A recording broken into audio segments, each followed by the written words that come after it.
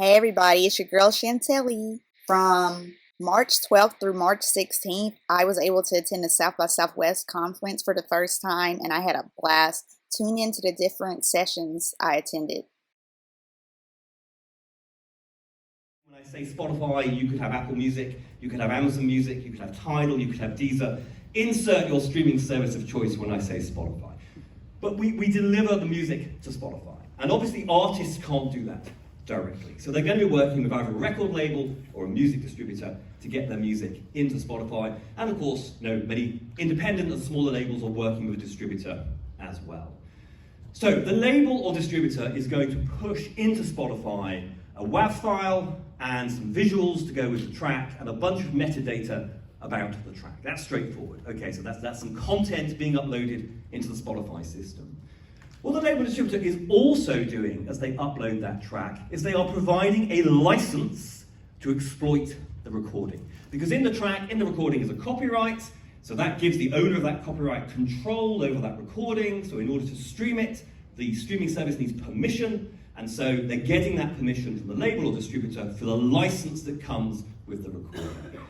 In that metadata, there is a little code, the International Standard Recording Code, the ISRC, which uniquely identifies the recording. Challenge in the music industry is that songwriters keep writing songs with the same name, so we can't go with track title to identify the recording. A track could be called Hello, we don't know which Hello, so we have the ISRC to uniquely identify. So good, we understand that straightforward. In the recording is a song, and as we know, or maybe you don't know, copyright fact number one from a music perspective, songs and recordings are separate. As far as copyright law is concerned, songs and recordings are two different things. So there's a copyright in the recording and a copyright in the accompanying song, or musical work if you prefer. Okay, now, the label and distributor is not providing a license to exploit the song. That is not what the label and distributor is doing. The deal that was negotiated by label and distributor does not cover the song rights. So there is no license to exploit the song contained in the recording. The label distributor doesn't even tell the service who can license the song. So we're not getting a license to exploit the song. We're not being told who could provide us the license to exploit the song. We're not even being told what the song is. Because the track's called Hello, remember. There are several very famous songs, definitely two, I would argue three, called Hello. Okay, which hello is it? So what we need is a unique code for the song. That would be the ISWC, the code for the musical work. But we're not getting that. So I'm a streaming service. I've got 100 million tracks on my system. I have licenses for the recording rights in those tracks. I have an ISRC to identify every track. I do not have a license for any of the songs contained in those recordings. I don't know who can provide me with those licenses. I don't even know what songs are in the recordings. This is the start of the problem. So who is going to provide the license for the songs? Well, that's a massive it depends. It might be a collecting society, or if you prefer, CMO, collective management organisation, or PRO, performing rights organisation. Why have two terms for something when you can have three? All different ways of saying the same thing. Some collecting societies call themselves MLCs, although weirdly not the MLC. So there are different terms that you can use. So collecting societies might be issuing the license. But it might be a music publisher that is issuing the license. Or it might be what I'm calling a licensing hub, an entity that has aggregated rights from a number of different societies or publishers.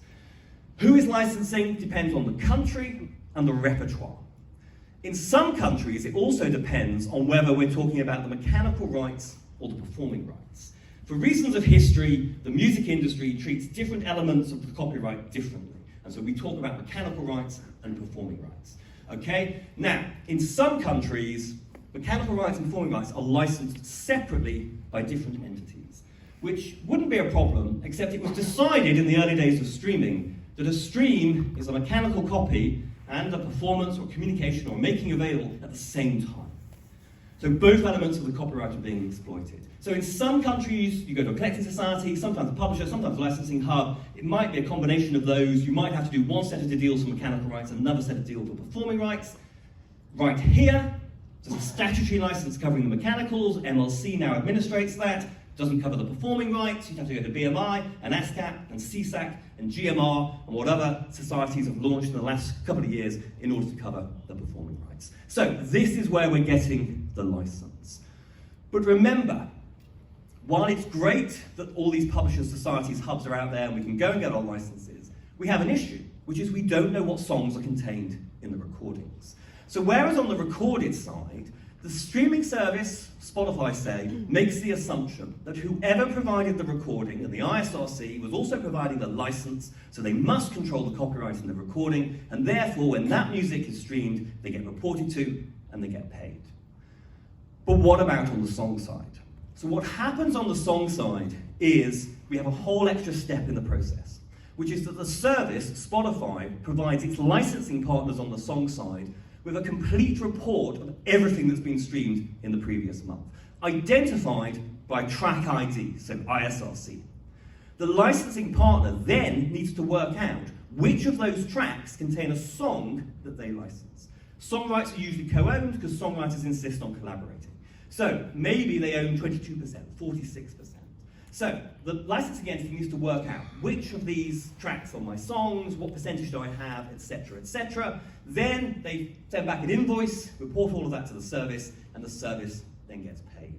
So you'll see there's a really big effort every single month to match the recordings to the song. Or if you're a data nerd, ISRCs to ISWCs. Now in theory, once we've matched once, we've matched it, it's in the system. But we all get that stat, I can't remember what it is, 100,000 new tracks a day, whatever the stat is that does the rounds, almost certainly isn't true. But it's a lot of new music, every single day is going into the system. That's a lot of new ISRCs to match. So this is the system that we currently have.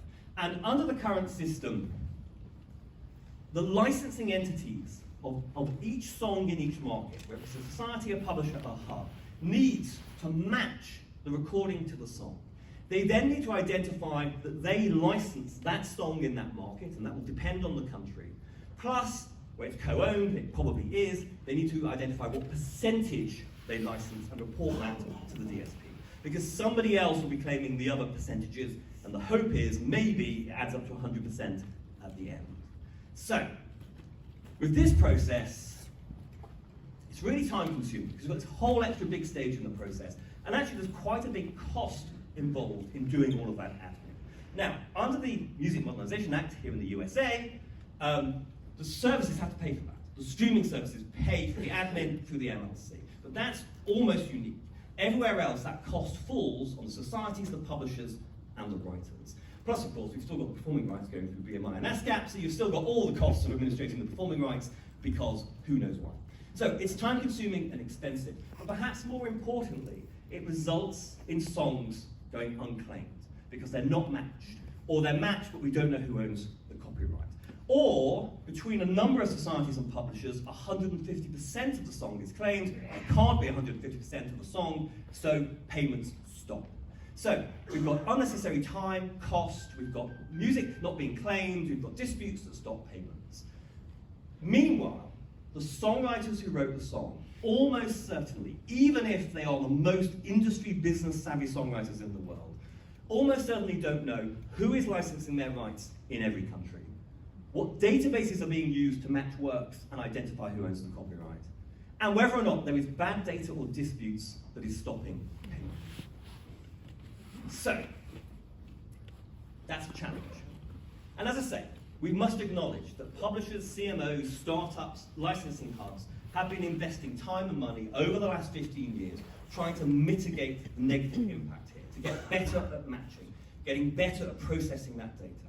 But as part of the Digital Dollar project, once we've put the focus on song royalties and we've figured all this out and we've gone to the managers in the UK and beyond and explained it, and they'd all fallen over and said, that's insane, who came up with that? We don't understand. And they would say to Annabella and myself, okay, what can we do to ensure my right is getting paid? It's like, well, that's actually really tricky. Later I'm going to ask these guys and see if they've got any advice. But, as you may be aware, in the UK, there's been a lot of discussion at a government level about the economics of music streaming. It began in our parliament with what we call a select committee inquiry. They made a number of recommendations, and since then, government has instigated a number of initiatives, one of which is focused on this challenge. And as part of that, the Music Managers Forum put together the Song Royalties Manifesto. And it basically suggests that we should have a new system for managing song rights. And it begins with getting ISWCs, that all-important code for every song, issued immediately that a song is written. For various reasons, that often doesn't happen. We should also be agreeing the splits of the copyright and co-owned works as soon as we can, preferably before release. We need to get a culture where codes are issued, splits are agreed, and we basically the work doesn't exist until that happens. The aim is, can we get to a point where that ISWC is ready and available and can go in the metadata when the recording is delivered?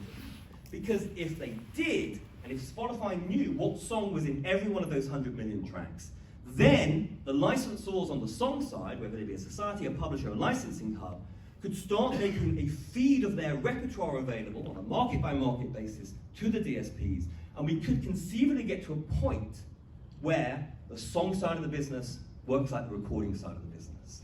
And that would mean that the services would only stream fully licensed songs, the streaming services will be able to calculate what song royalties are due, and it would mean that writers finally would get paid as quickly as artists. So that is my whistle-stop journey through the Song Royalties Guide and Song Royalties Manifesto. If you go to that URL, if you scan that QR code, you can download the guide, you can download the manifesto, you can download my slides, we can link you through to other resources. But basically, that was a very speedy overview of the challenge, the work that's been done to date to meet that challenge, and the radical proposals, maybe not radical, maybe sensible proposals, that MMF has made in the UK about how we could really shake things up in this domain.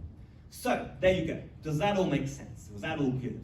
Right, I'm going to talk to my panel now, but there will be opportunity at the end for 10 minutes of questions, and if you've got questions for me as part of that, that's also fine. But I'm going to come to Thomas first. Maybe just very quickly give us the reason why AMRA was created. Why Cobalt, as a music publisher, as an administrator of rights, why did they decide that they needed that? I want to thank you for tuning in. Be sure to click like on this video, subscribe to my channel, and just share. I love you. Cash out. Cash out. Baby, it's right. Me, you. Our spring, we ride out. Me and you. Summers, we fly out. Baby, me, you. Baby, it's ride or fly. When it's me and you. Ride or fly. Me, you. Fall or spring, we ride out. Me and you. Chantilly.